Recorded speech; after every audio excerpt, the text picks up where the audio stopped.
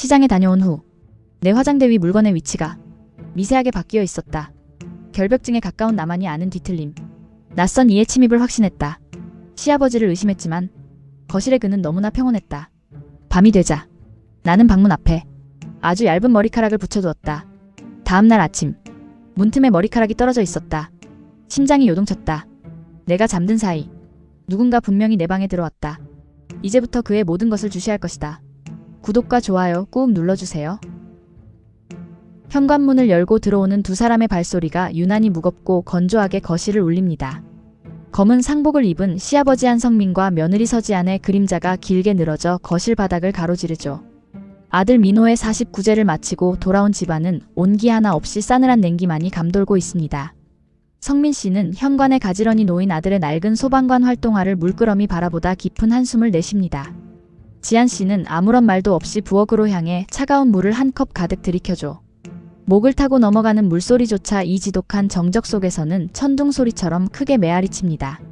거실 한복판에는 주황색 소방 제복을 입고 환하게 웃고 있는 민호의 영정사진이 놓여 있습니다. 그 웃음이 너무나 생생하고 따뜻해서 마치 금방이라도 문을 열고 아버지, 저 왔어요 라고 인사를 건넬 것만 같습니다. 하지만 집안을 가득 채운 것은 아들의 활기찬 목소리가 아니라 시계 초침의 기계적인 소음뿐입니다. 성민 씨는 굳은 표정으로 식탁 앞에 앉아 며느리 지안 씨가 오기를 묵묵히 기다립니다. 평생 학교 교장으로 살아오며 엄격함과 절제를 미덕으로 삼았던 그였지만 지금의 어깨는 그 어느 때보다 작고 초라해 보입니다. 지안 씨가 마지못해 식탁 한편에 힘없이 앉자 성민 씨는 식어버린 국그릇을 조용히 그녀 쪽으로 밀어줍니다. 지안아, 억지로라도 몇 숟가락 더 들어라. 그래야 몸을 가누지 않겠니? 네. 아버님도 좀 드세요. 오늘 고생 많으셨잖아요. 나는 괜찮으니 신경 쓰지 마라. 네가 기운을 차려야 민호도 마음 편히 떠날 게다. 알겠어요. 조금만 더 먹어볼게요. 성민 씨는 젓가락을 들었지만 정작 입안으로 들어가는 것은 아무것도 없습니다.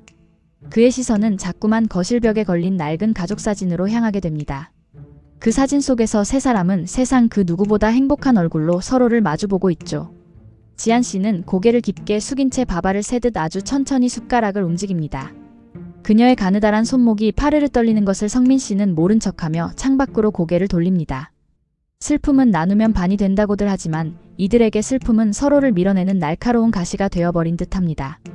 집안 구석구석에는 아직 민호의 흔적이 고스란히 묻어 있습니다.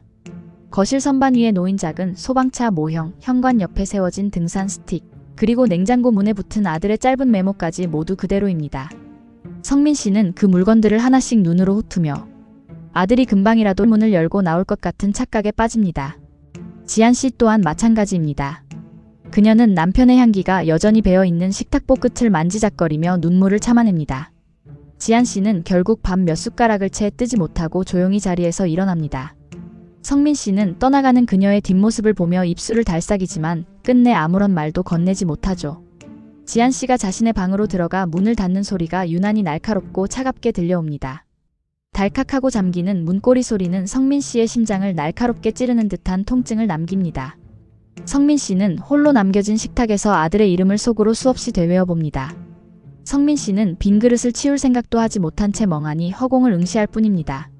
그의 눈가에 맺힌 눈물이 주름진 뺨을 타고 소리 없이 흘러내려 식탁 위로 떨어집니다. 방 안으로 들어간 지안 씨는 남편의 향기가 배어있는 베개를 끌어안고 침대 귀퉁이에 몸을 웅크립니다. 창문 틈으로 들어오는 달빛이 그녀의 창백한 얼굴을 비추지만 그녀의 눈동자에는 아무런 생기가 없습니다. 거실에 홀로 남은 성민 씨는 시계 소리에 맞춰 규칙적으로 뛰는 자신의 심장 소리가 원망스럽게 느껴집니다. 아들은 차가운 땅 속에 있는데 자신은 이렇게 살아 숨쉬고 밥을 먹는다는 사실이 죄스러워 견딜 수가 없죠. 그는 평생 남을 가르치는 일을 해왔지만 정작 자신의 상실을 다스리는 법은 배우지 못했습니다. 그저 묵묵히 견디는 것만이 그가 할 수 있는 유일한 일입니다. 지안 씨가 방에서 내뱉는 깊은 한숨 소리가 벽을 타고 성민 씨의 귓가에 닿습니다. 그 소리는 마치 도와달라는 구조 신호처럼 들려 성민 씨의 마음을 더욱 조급하게 만듭니다. 하지만 그는 선뜻 문을 두드리지 못합니다. 시아버지라는 위치가 그리고 남자라는 자존심이 그를 머뭇거리게 하죠. 어둠 속에서 성민 씨의 손이 지안 씨의 방 문고리 근처에서 한참 동안 허공을 맴돕니다. 그는 문 너머의 정막이 무서워 한참을 그 자리에 서서 귀를 기울입니다. 혹시라도 나쁜 생각을 하지는 않을지. 너무 깊은 슬픔에 잠겨 길을 잃지는 않을지 걱정이 꼬리에 꼬리를 뭅니다. 성민 씨의 그림자가 닫힌 문 위에 길게 드리워지며 묘한 긴장감을 자아냅니다. 이것은 단순한 슬픔을 넘어선 남겨진 자들의 위태로운 동행의 시작입니다. 그는 오늘 밤도 쉽게 잠들지 못할 것임을 직감하며 천천히 자신의 방으로 물러납니다. 거실의 시계는 어느덧 자정을 가리키고 집안은 다시 죽음 같은 고요함 속에 침잠합니다. 성민 씨는 조용히 거실 불을 끄고 어둠 속에서 자신의 방으로 천천히 발걸음을 옮깁니다. 하지만 그의 걱정스러운 시선은 여전히 지한 씨의 굳게 닫힌 문 앞을 참아 떠나지 못합니다. 현관문을 열고 들어오는 지한 씨의 손에는 식재료가 담긴 비닐봉지가 몇 개 들려 있습니다. 억지로라도 일상을 회복하려는 듯 장을 보러 나갔다 왔지만 그녀의 안색은 여전히 창백하고 파리하죠. 거실 한쪽 소파에 정자세로 앉아 신문을 보고 있던 성민 씨가 고개를 들어 며느리를 맞이합니다. 성민 씨의 무표정한 얼굴은 그가 무슨 생각을 하는지 도무지 짐작할 수 없게 만듭니다. 아버님, 장 좀 봐왔어요.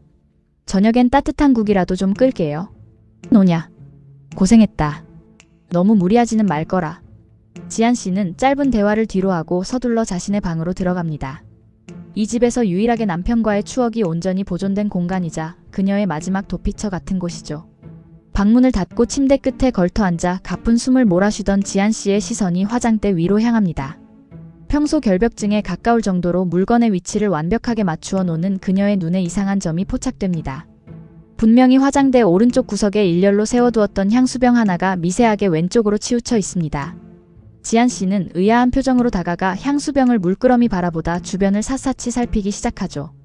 자세히 보니 화장대 위에 얇게 쌓여있던 먼지 위로 누군가의 손가락 지문 같은 흔적이 희미하게 남겨져 있습니다.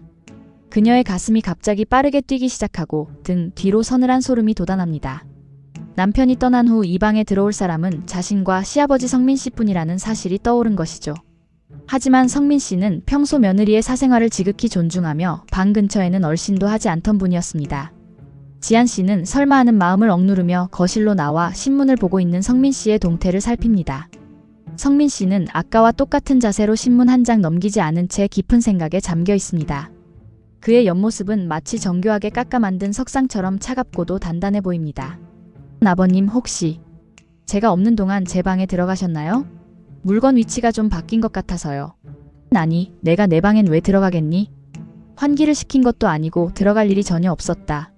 성민 씨의 대답은 단호했고 그의 눈동자에는 흔들림이 전혀 없었습니다. 지한 씨는 자신의 예민함 탓이라며 스스로를 다독여보지만 마음 한구석의 찜찜함은 사라지지 않습니다. 그날 밤 지한 씨는 쉽사리 잠들지 못하고 침대 위에서 뜬 눈으로 밤을 지새웁니다. 거실에서 들려오는 시계 소리가 평소보다 훨씬 더 크고 날카롭게 귓가를 파고듭니다.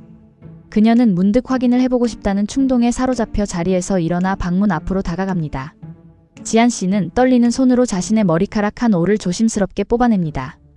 그리고 문틈 사이에 그 머리카락이 떨어지지 않게 살짝 끼워두고는 다시 침대에 눕습니다. 만약 누군가 문을 연다면 이 머리카락은 바닥으로 힘없이 떨어지고 말 것입니다. 그녀는 어둠 속에서 천장을 바라보며 제발 내일 아침에도 그 머리카락이 무사히 붙어있기를 기도하죠. 하지만 마음속 깊은 곳에서는 무거운 의심이 자꾸만 고개를 들며 그녀를 괴롭힙니다. 성민 씨의 조용한 발소리가 거실을 지나 지한 씨의 방문 앞을 서성이는 것 같은 환청까지 들려옵니다. 지한 씨는 귀를 막고 몸을 잔뜩 웅크린 채 간신히 잠에 들지만 꿈속에서도 누군가에게 쫓기는 악몽을 꾸죠. 다음날 아침 창가로 스며드는 새벽빛에 눈을 뜬 지한 씨는 곧장 방문 앞으로 달려갑니다. 바닥을 확인하는 그녀의 눈동자가 공포로 인해 크게 확장되며 심하게 떨리기 시작합니다. 어젯밤 문틈에 정성스럽게 붙여두었던 머리카락이 힘없이 바닥에 떨어져 뒹굴고 있습니다. 누군가 분명히 자신이 깊게 잠든 사이 혹은 새벽녘에 이 문을 열고 들어왔다는 명백한 증거죠. 지한 씨는 온몸에 피가 차갑게 식는 것 같은 오한을 느끼며 뒤를 돌아 방 안을 다시 훌러봅니다. 방 안은 평소와 다름없이 정돈되어 보이지만 이제는 모든 공간이 낯설고 위협적으로 다가옵니다. 그녀는 옷장 안, 침대 및 책상 서랍까지 열어보며 무엇이 사라졌거나 바뀌었는지 확인합니다. 하지만 특별히 없어진 물건은 없었고 오직 누군가 다녀갔다는 그 사실만이 공기 중에 무겁게 떠돕니다. 지한 씨는 거실로 나가는 문고리를 잡으려다 손을 멈추고 거친 숨을 내쉽니다. 성민 씨가 지금 거실에서 자신을 기다리고 있을 거라는 생각이 들자 극심한 배신감이 밀려옵니다. 그토록 인자하고 점잖았던 시아버지가 왜 며느리의 사적인 공간을 몰래 침범하는 것일까요? 지한 씨는 화장대, 거울 속에 비친 자신의 초췌한 얼굴을 보며 눈물을 흘립니다. 남편 민호를 잃은 슬픔만으로도 벅찬데 이제는 가장 믿어야 할 가족조차 의심해야 하는 현실이 가혹합니다. 그녀는 이제 성민 씨의 매너 있는 말투와 조심스러운 행동들이 모두 가식처럼 느껴지기 시작하죠. 문 밖에서 들리는 성민 씨의 헛기침 소리가 마치 자신을 감시하는 소리처럼 들려 가슴이 조여옵니다. 지한 씨는 당장이라도 소리를 지르며 이유를 묻고 싶지만 아직은 그럴 용기가 나지 않습니다. 그녀는 문을 잠그고 책상 앞에 앉아 멍하니 닫힌 문만 바라보며 하루를 시작합니다. 성민 씨는 거실에서 차를 마시며 평소와 다름없는 일상을 보내고 있지만 두 사람 사이에 보이지 않는 균열은 이미 걷잡을 수 없이 깊어지고 있습니다. 지한 씨는 이 집이 더 이상 안전한 보금자리가 아님을 깨닫고 자신을 지킬 방법을 강구하기로 결심하죠. 그녀의 눈빛은 슬픔을 넘어선 서늘한 경계심으로 가득 차오릅니다. 왜 시아버지는 며느리 방을 찾았을까요? 아들을 잃은 뒤 두 사람에게는 어떤 사연이 남겨졌을까요? 이 질문에 대한 답은 아직 이 차가운 거실 그 어디에서도 찾을 수 없습니다. 다음 이야기가 궁금하시면 구독과 좋아요 꾹 눌러주세요. 다음 편에서 이어집니다.